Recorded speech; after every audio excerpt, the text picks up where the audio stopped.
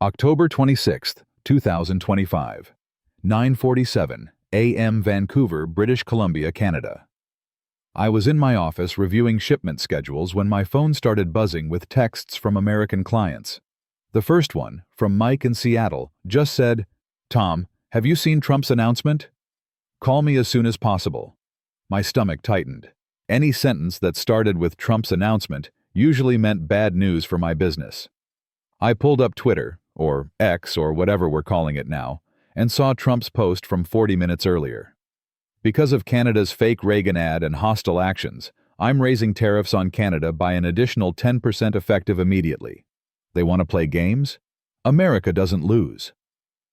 I read it 3 times, hoping I was misunderstanding. An additional 10%? On top of existing tariffs? Over an advertisement? My name is Thomas McKenzie. I'm 52 years old, and I've spent the last 22 years building McKenzie Lumber Export, a company that sources high-quality softwood lumber from British Columbia mills and exports it to construction companies across the American Pacific Northwest. We do about 8.6 million Canadian dollars in annual revenue, employ 18 people, and have relationships with dozens of American contractors who've relied on Canadian lumber for decades. Or we did. Until Trump decided a political advertisement was worth starting a trade war with Canada. I clicked through to the full article explaining what had happened. Apparently, someone in Canada, I still don't know if it was the government, a political group, or just some independent activists, had created an advertisement using clips of Ronald Reagan talking about trade. The ad suggested Reagan wouldn't have supported Trump's aggressive tariff policies. The Reagan Foundation got upset about the unauthorized use of Reagan's image and demanded the ad be pulled. Trump, characteristically, responded with maximum escalation. On October 23rd, he'd suspended all trade negotiations with Canada over the ad. Now, 3 days later, he was adding an extra 10% tariff on all Canadian goods entering the United States. 10% doesn't sound catastrophic until you understand the math of the lumber export business. Let me explain how my business worked before Trump decided an advertisement was worth destroying it. Before additional 10%. Tariff, Canadian lumber cost, $450 per 1,000 board feet. Existing U.S. lumber tariff, from previous years, 8.9%. Tariff cost, $40.05. Shipping and logistics, $45. Total landed cost in U.S., $535.05. American contractors pay, $575. Our profit margin, $39.95 per 1,000 board feet, 7.4%. Our margins were already thin. The lumber business operates on volume. We made money by moving large quantities at small margins. Last year, we exported 192,000 board feet, generating about 640,000 Canadian dollars in gross profit. After paying our 18 employees, covering insurance, maintaining equipment, and all other operating costs, we netted about $180,000 in profit. Comfortable, but not extravagant. Now add Trump's additional 10% tariff. After additional 10% tariff, Canadian lumber cost, $450 per 1,000 board feet. Previous tariff, 8.9%, $40.05. New Trump tariff, 10%, $45. Combined tariffs, $85.05. Shipping and logistics, $45. Total landed cost in U.S., $580.05. American contractors willing to pay, $575, same as before. Our profit, minus $5.05 per 1,000 board feet. We'd be losing money on every shipment, not breaking even, actively losing money. And we had $2.4 million in confirmed orders for November and December that we'd agreed to at pre-tariff prices. I did the math quickly on my notepad. 22,000 board feet in outstanding orders times $5.05 per 1,000 equals $111,100 loss. Plus, we'd already purchased and committed to $890,000 worth of lumber from BC mills that we now couldn't sell profitably. "Sarah," I called out to my operations manager, "can you come to my office?" Sarah had been with me for 14 years. She'd seen lumber market ups and downs, US-Canada trade disputes, even the 2008 financial crisis. But when she walked in and saw my face, she knew this was different. "Trump added another 10% tariff on Canadian goods," I said, showing her my calculations. "We're about to start losing money on every shipment." Her face went pale. "Can we renegotiate prices with our American clients?" "Most of our contracts lock prices for the delivery period. We'd need them to voluntarily agree to pay more." "Will they?" I thought about Mike in Seattle, Jim in Portland, the contractors in Spokane and Boise who'd been buying from us for years. They were good people, but they were also running businesses with their own tight margins. Asking them to absorb a 10% price increase, roughly $40 to $50 per thousand board feet, was asking them to cut their own profits dramatically. "Some might," I said. "But even if they all agreed, we'd still barely break even. And that's assuming Trump doesn't add more tariffs next week when he gets mad about something else." Sarah sat down heavily. "So what do we do?" That was the question I'd been asking myself for the past 40 minutes. What do we do when a foreign president can destroy your business with a tweet because he's angry about an advertisement you had nothing to do with? Over the next 2 hours, I made desperate phone calls to our major American clients. Call 1. Mike in Seattle, our largest client, $1.8 million annually. "Tom, I saw the tariff news. I'm sorry, man, but we can't absorb that increase. Our bids to contractors are already locked in. If your prices go up 10%, we'll have to source domestic or look at other Canadian suppliers who can eat the cost." "Mike, there are no Canadian suppliers who can eat a 10% hit. The math doesn't work for anyone." "Then I guess we're all looking at American lumber now. Douglas fir from Oregon and Washington.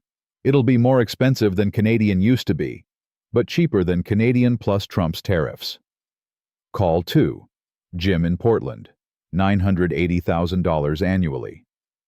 "I feel for you, Tom. I really do. But I can't pay more. My margins are already razor thin.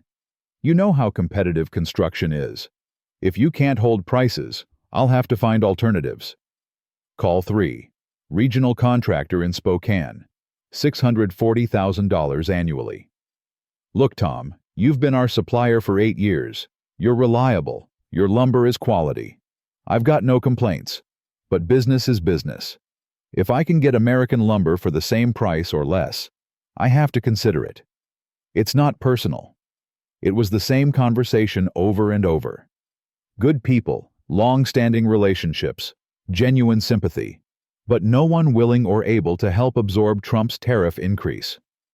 By noon, I'd spoken to 11 of our 15 major clients. 9 said they couldn't accept price increases and would have to consider alternatives. 2 said they'd try to help, but couldn't commit to anything. 0 said they'd cover the full 10% increase. I sat alone in my office, staring at spreadsheets that told an impossible story. 22 years of building relationships, reputation, and a successful business. And Donald Trump had destroyed it in a single tweet because he was mad about a political advertisement.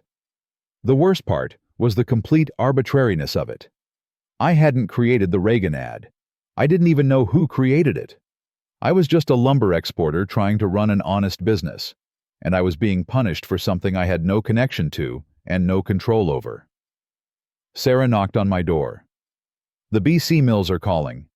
They want to know if we're going to fulfill our lumber purchase commitments." I'd forgotten about that problem.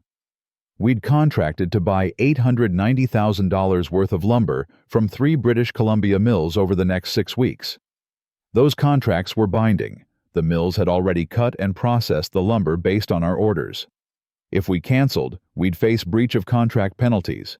If we took delivery, we'd have nearly $1 million in lumber we couldn't sell profitably. "Tell them we need a few days to figure out our situation," I said. "Tom, they're not going to give us days. They have their own cash flow issues. They need to know if you're taking delivery or if they need to find other buyers.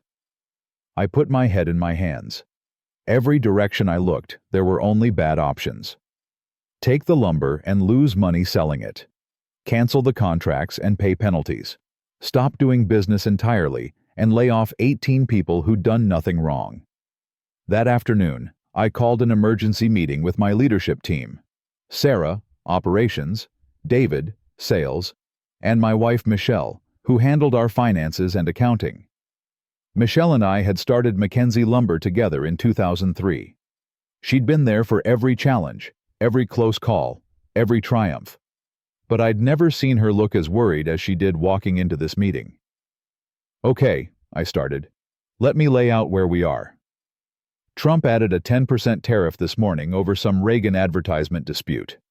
That tariff makes it impossible to export lumber profitably.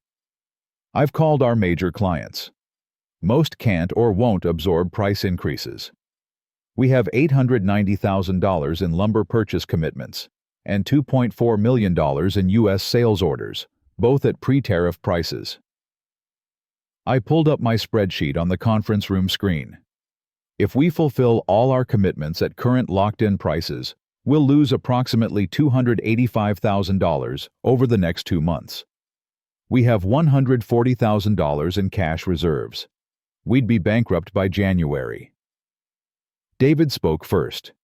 "Can we source cheaper lumber? Find mills that will give us better prices?" "The mills are already at their minimum margins," I said. "They can't go lower. This isn't a supply-side problem. This is a Trump problem." "Can we pivot to domestic Canadian sales?" Sarah asked. "We're set up for export. All our relationships, our logistics, our expertise, it's all built around the American market. Pivoting to domestic would take months and require completely rebuilding our business model. We don't have time or capital for that." Michelle, who'd been quietly reviewing numbers on her laptop, looked up. "Tom, even if we stop taking new orders today, we still have obligations that will bankrupt us. The lumber we're committed to buying. The orders we've already agreed to fulfill. Our overhead keeps running. Payroll is $115,000 per month. Rent is $8,200. Insurance, equipment maintenance. We burn $145,000 monthly, whether we sell anything or not." "So what you're saying," I said slowly, "is that we're already dead. We're just waiting for the cash to run out." No one contradicted me. We sat in silence for a moment, the weight of what was happening settling over all of us. 22 years of building a business, providing jobs, serving clients, being a productive member of our community and the broader North American economy. And it was ending because Donald Trump was mad about an advertisement. "What about our employees?"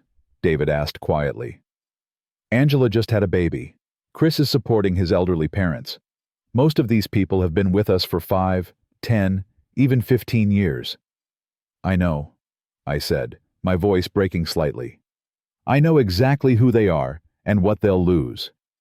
But what am I supposed to do? Lose money on every shipment out of loyalty?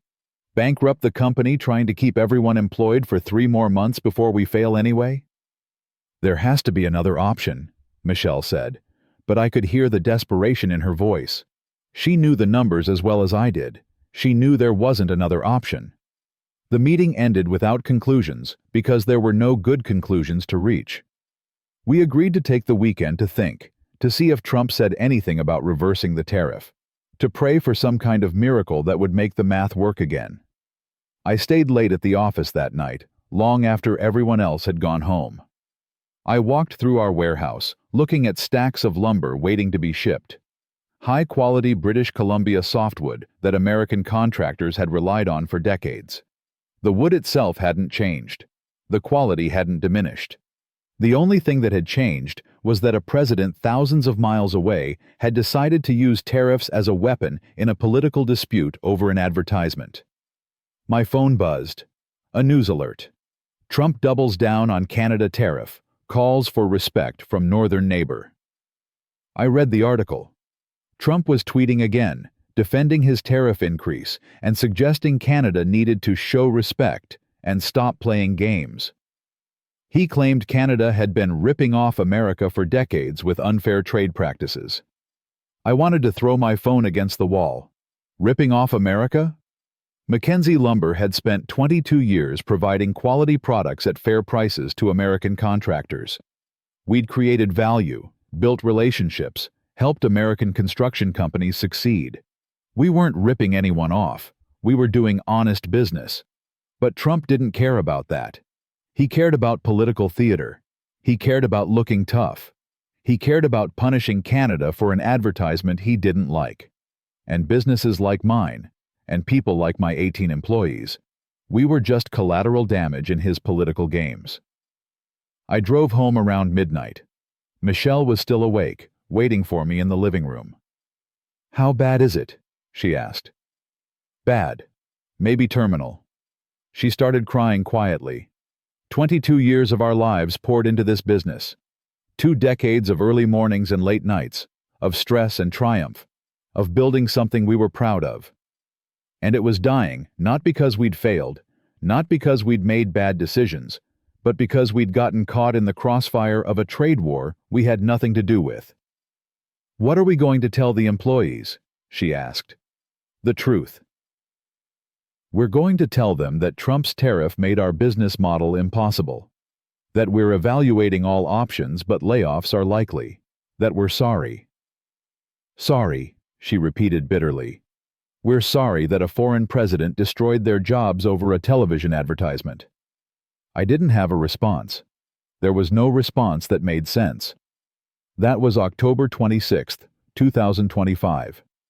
The day Trump raised tariffs on Canada by 10% because he was mad about a Reagan advertisement. The day my 22-year business started its death spiral, and the beginning of the worst month of my professional life. October 29, 2025, 8:15 a.m. Vancouver, British Columbia, Canada. The previous section ended with Michelle and me sitting in our living room on October 26th, trying to process how Trump's tariff over a Reagan advertisement was going to destroy our business. By October 29th, just 3 days later, we were already in crisis mode. I'd spent the weekend hoping for some miracle. Trump backing down, Canadian government intervention, something. Instead, I woke up Monday morning to news that Trump had doubled down on Twitter, calling Canada ungrateful, and suggesting more tariffs might be coming if we didn't show respect. The first email in my inbox Monday morning was from Mike in Seattle, my largest client, $1.8 million annually. "Tom, I'm sorry to do this via email, but my partners and I met over the weekend. We can't continue with Canadian lumber at current tariff rates. We're switching to domestic Oregon suppliers effective immediately. We need to cancel all outstanding orders. I know this leaves you in a tough spot. You're a good guy, and this isn't personal. It's business survival. Mike." I stared at the email for 5 minutes, rereading it, hoping the words would change. They didn't. $1.8 million in annual business. 22 years of relationship. Gone in a weekend. The second email was from Jim in Portland. Similar message. "Can't make the numbers work anymore. Looking at American suppliers. Sorry, Tom." By noon, I'd received cancellation notices from 7 of my 15 major American clients.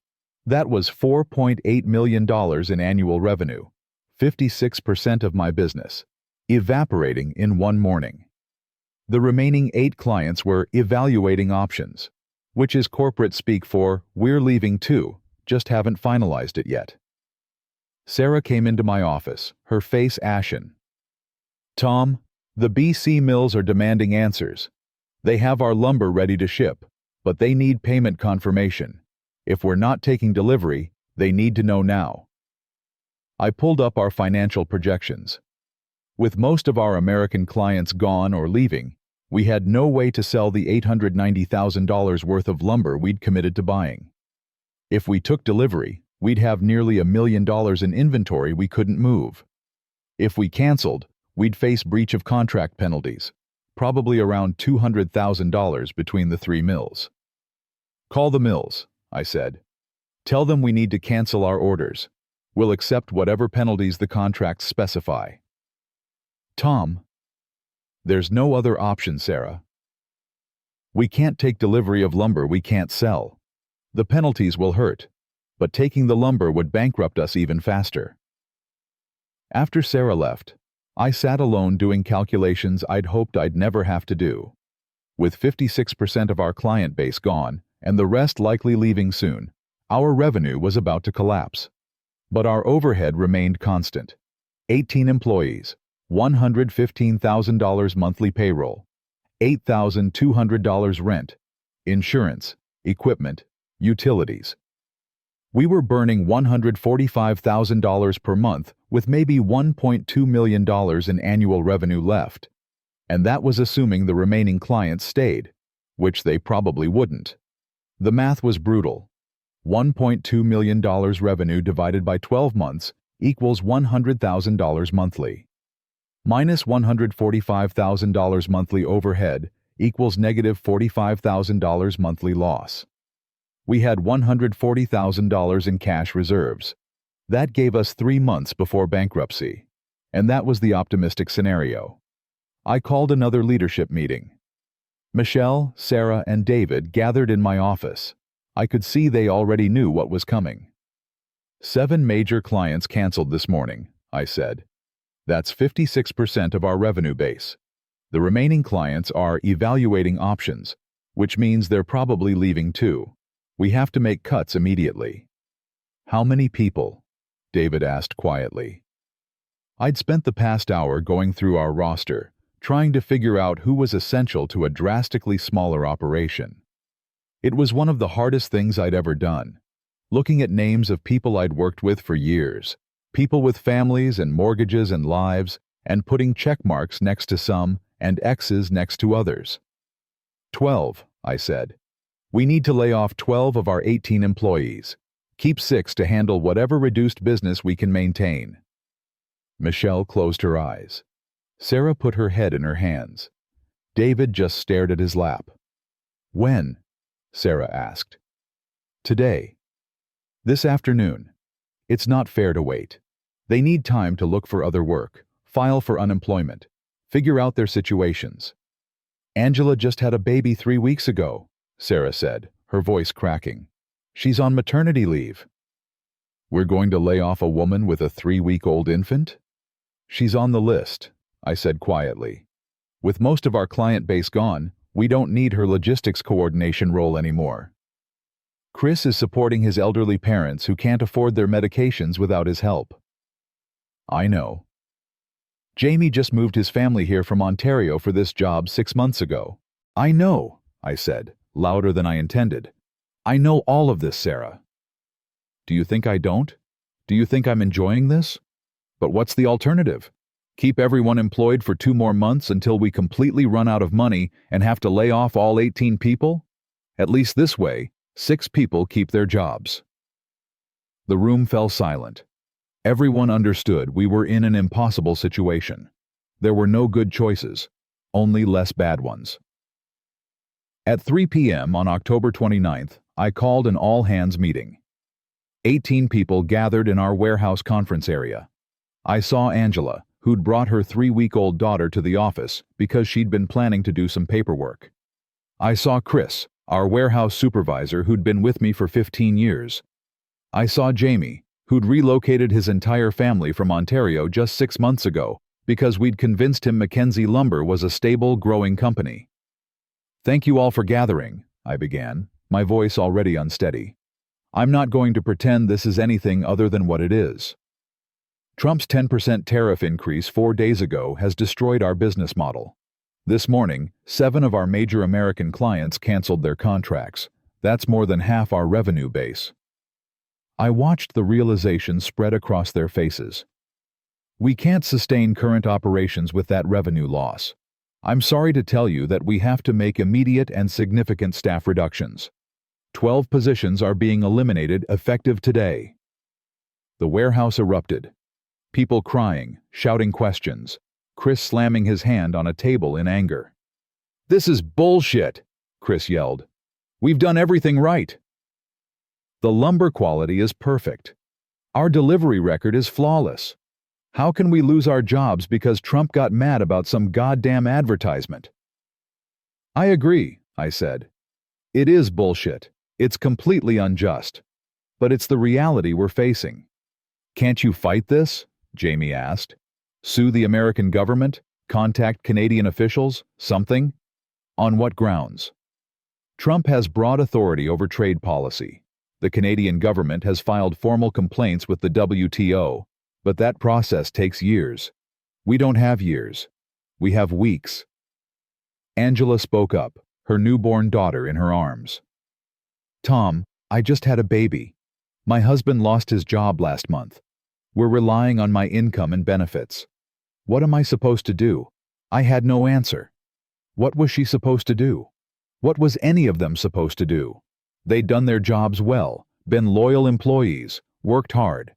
And now their lives were being upended because a foreign president was mad about a political advertisement. I went through the list of 12 names. Each one felt like a knife. Angela, laid off. Chris, laid off. Jamie, laid off. People who'd built their lives around these jobs, who'd trusted me when I told them McKenzie Lumber was stable and growing. The meeting dissolved into chaos. Some people left immediately, too angry or devastated to stay. Others lingered, asking questions I couldn't answer about severance pay. We could only afford 2 weeks for most people. About timing, effective, today. About whether there was any chance this was temporary. There wasn't. By 5 p.m., the warehouse was half empty. 12 former employees had cleaned out their desks and left. 6 remained, looking shell-shocked and guilty about still having jobs. Sarah stayed late to help process the termination paperwork. As we worked in silence, she said, "In 22 years, have you ever had to do mass layoffs?" "No," I said. "Small cuts here and there during slow periods. But never anything like this. Never because of something completely outside our control. Does it feel like we're being punished for nothing?" Yes, because we are. Over the next week, the situation deteriorated further. November 1st, 3 more American clients canceled contracts. We were now down to 4 remaining clients representing about $890,000 in annual revenue. That was 10% of what we'd been doing a year ago. November 3rd, the BC Mills sent formal breach of contract notices demanding $187,000 in penalties for canceled lumber purchases. We didn't have $187,000. November 5th, Trump tweeted again about Canada, calling us weak and threatening additional tariffs if we didn't start negotiating seriously. More tariffs. Like the first 10% hadn't already destroyed us. November 7th, our remaining 4 American clients all sent emails requesting pricing discussions. Translation: they wanted discounts to make up for the tariffs, or they'd leave too. We couldn't offer discounts. We were already losing money. November 10th, I met with our company attorney and an insolvency specialist. The news was grim. With current cash flow, we'd be insolvent by mid-December. We needed to start preparing for bankruptcy. Michelle and I had a devastating conversation on November 12th. We'd been married for 28 years, partners in business and life. We'd weathered recessions, industry downturns, health scares, everything. But this felt different. "We're going to lose the business," I said. "There's no way out. Even if Trump reversed the tariff tomorrow, we've already lost most of our client base. They've switched to American suppliers. They're not coming back." "What about the house?" she asked.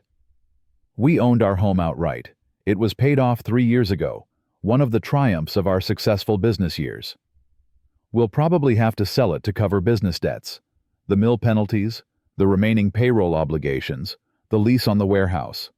When a business goes bankrupt and owners have personally guaranteed certain debts, which I did, those debts don't disappear. Michelle started crying. 22 years, Tom. We started with nothing.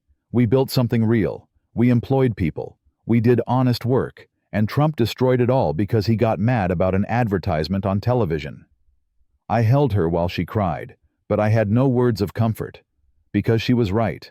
We'd done everything correctly, built a legitimate, profitable business, treated employees fairly, served clients well, followed all laws and regulations.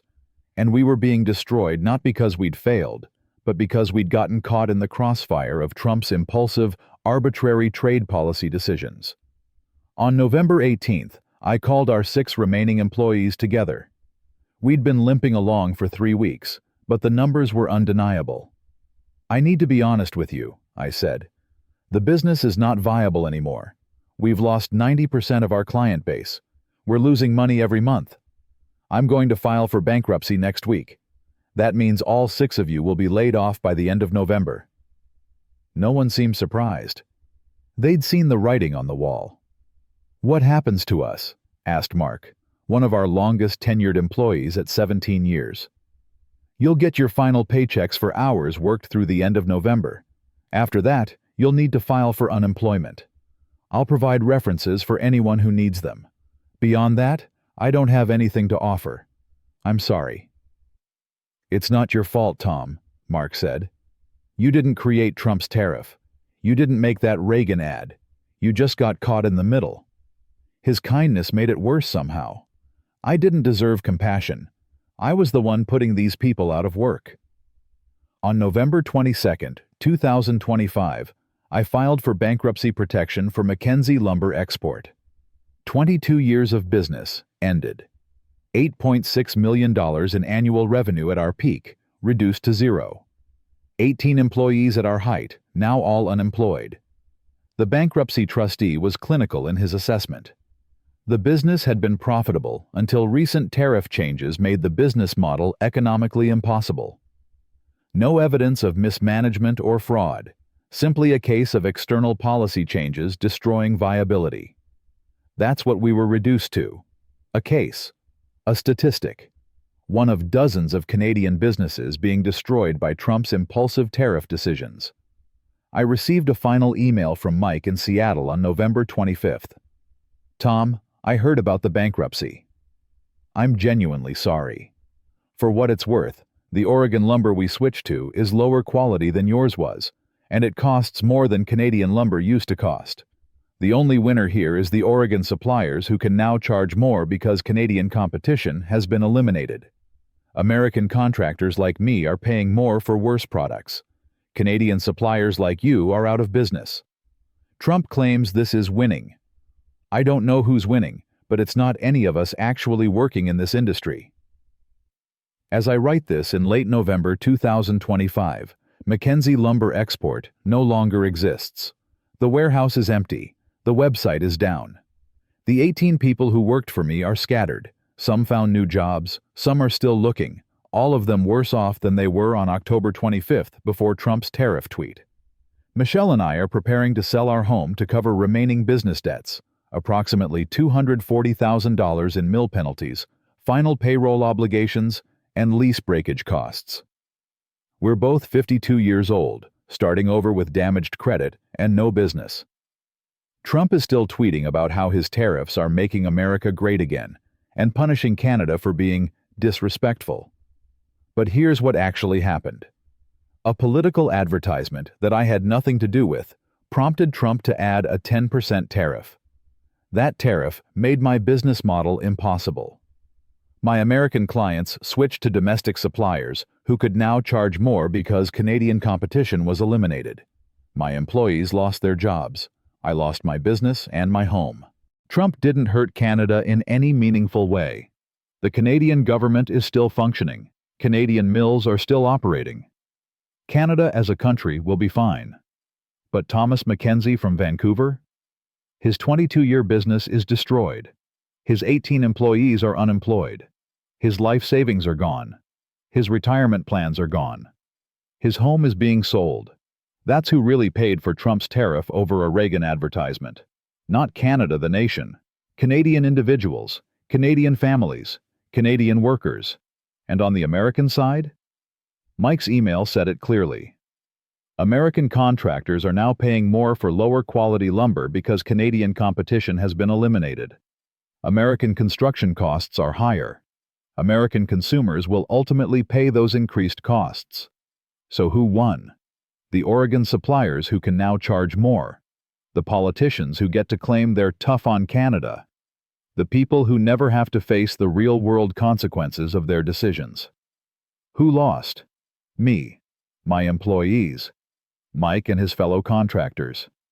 The workers and consumers on both sides of the border who are paying higher prices for the privilege of watching politicians play trade war games. The thing that keeps me awake at night is the sheer arbitrariness of it. Not a considered trade policy, not a thoughtful economic decision, an impulsive retaliation over an advertisement. Trump got mad, he tweeted, and my business died. 22 years of work. Gone. Because someone made a 60-second advertisement using Reagan clips, and Trump decided Canada needed to be punished.